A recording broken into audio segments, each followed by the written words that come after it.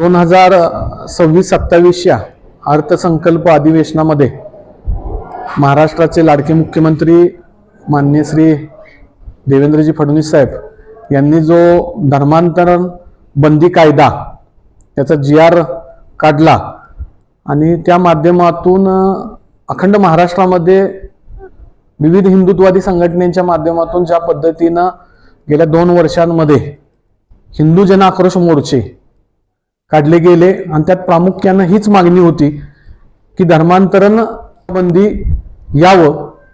या प्रामुख्यानं सर्व हिंदुत्ववादी संघटनेच्या वतीनं मी प्रथमतः महाराष्ट्राचे लाडके मुख्यमंत्री देवेंद्रजी फडणवीस साहेब यांचं अभिनंदन करू इच्छितो की त्यांनी हा कायदा अंमलात आणला।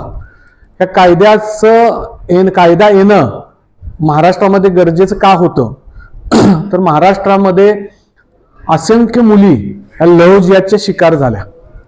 सनातन हिंदू धर्मातील विविध जातीतील मुलींना टार्गेट केलं जात होतं आणि त्या माध्यमातून सनातन हिंदू धर्म नष्ट व्हावा हे एक मोठं षडयंत्र या महाराष्ट्राबरोबर अखंड भारतामध्ये रचलं जात होतं आणि अजून रचलं जात आहे। प्रामुख्यानं जर आपण बघितलं तर विविध नावं म्हणजे सनातन हिंदू धर्मातील नावं घ्यायची आणि त्या मुलींची फसवणूक करायची आणि त्या मुलींना जाळ्यात अडकून पुन्हा त्यांच्या रील असतील किंवा त्यांचं शूटिंग घ्यायचं विविध लॉजवर जाऊन नेऊन त्यांना किंवा त्यांची बदनामी होऊ नये म्हणून त्या मुली गप्प बसून राहायच्या आणि मग त्यांना लव्ह जिहादचं शिकार बनवलं जायचं। त्यात वशीकरण असेल, विविध प्रकार असतील। जर आपण आत्ताच जो केरला स्टोरी 2 जर आपण आपल्या मी माता भगिनींना असं आवाहन करू इच्छितो या बाईटच्या माध्यमातून की अखंड महाराष्ट्राबरोबर सर्व भारतातील महिला मुलींच्या वडिलांनी हा केरला स्टोरी 2 100% बघितला पाहिजे।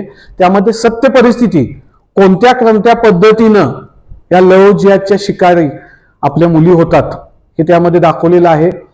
या कायद्याच्या माध्यमातून बऱ्याच मुलींचे प्राण वाचणार आहे, याच मुली या लव्ह जिहादच्या शिकार होण्यापासून थांबणार आहेत। हा कायदा का गरजेचा होता?